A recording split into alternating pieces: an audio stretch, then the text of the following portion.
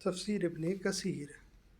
اعوذ باللہ من الشیطان الرجیم، بسم اللہ الرحمن الرحیم۔ یا ایہا الذین آمنوا ان تطیعوا الذین کفروا یردوکم علی اعقابکم فتنقلبوا خاسرین۔ سورہ آل عمران آیت نمبر 149۔ یا ایہا الذین، اے وہ لوگو جو ایمان لائے ہو، ان تطیعوا، اگر تم اطاعت کرو، الذین، ان لوگوں کی، کفروا، جنہوں نے کفر کیا، یردوکم، وہ پھیر دیں گے تم کو، علی اعقابکم، اوپر تمہاری ایڑیوں کے، فتنقلبوا، تو لوٹ جاؤ گے تم یا پلٹ جاؤ گے تم، خاسرین، خسارہ پانے والے ہو کر۔ مومنو، اگر تم کافروں کا کہا مان لو گے تو وہ تم کو الٹے پاؤں پھیر کر مرتد کر دیں گے، پھر تم بڑے خسارہ میں پڑ جاؤ گے۔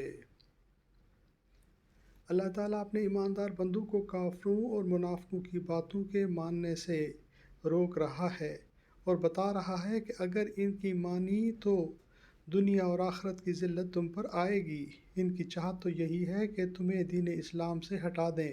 پھر فرماتا ہے، مجھ ہی کو اپنا والی اور مددگار جانو، مجھی سے دوستی کرو، مجھی پر بھروسہ کرو، مجھی سے مدد چاہو۔ پھر فرمایا کہ ان شریروں کے دلوں میں ان کے کفر کے سبب ڈر، خوف ڈال دوں گا۔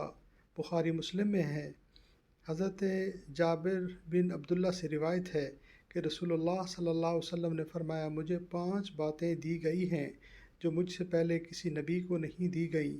میری مدد مہینہ بھر کی راہ تک رعب سے کی گئی ہے۔ میرے لیے زمین مسجد اور اس کی مٹی وضو کی پاک چیز بنائی گئی۔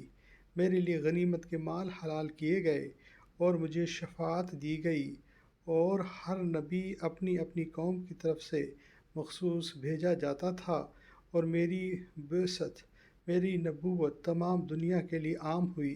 مسند احمد میں ہے، آپ فرماتے ہیں، اللہ تعالیٰ نے تمام نبیوں پر، اور بعض روایتوں میں ہے تمام امتوں پر، مجھے 4 فضیلتیں عطا فرمائی ہیں۔ مجھے تمام دنیا کی طرف رسول بنا کر بھیجا گیا۔ میرے اور میری امت کے لیے تمام زمین مسجد اور پاک بنائی گئی۔ میرے امتی کو جہاں نماز کا وقت آ جائے وہیں اس کی مسجد اور اس کا وضو ہے۔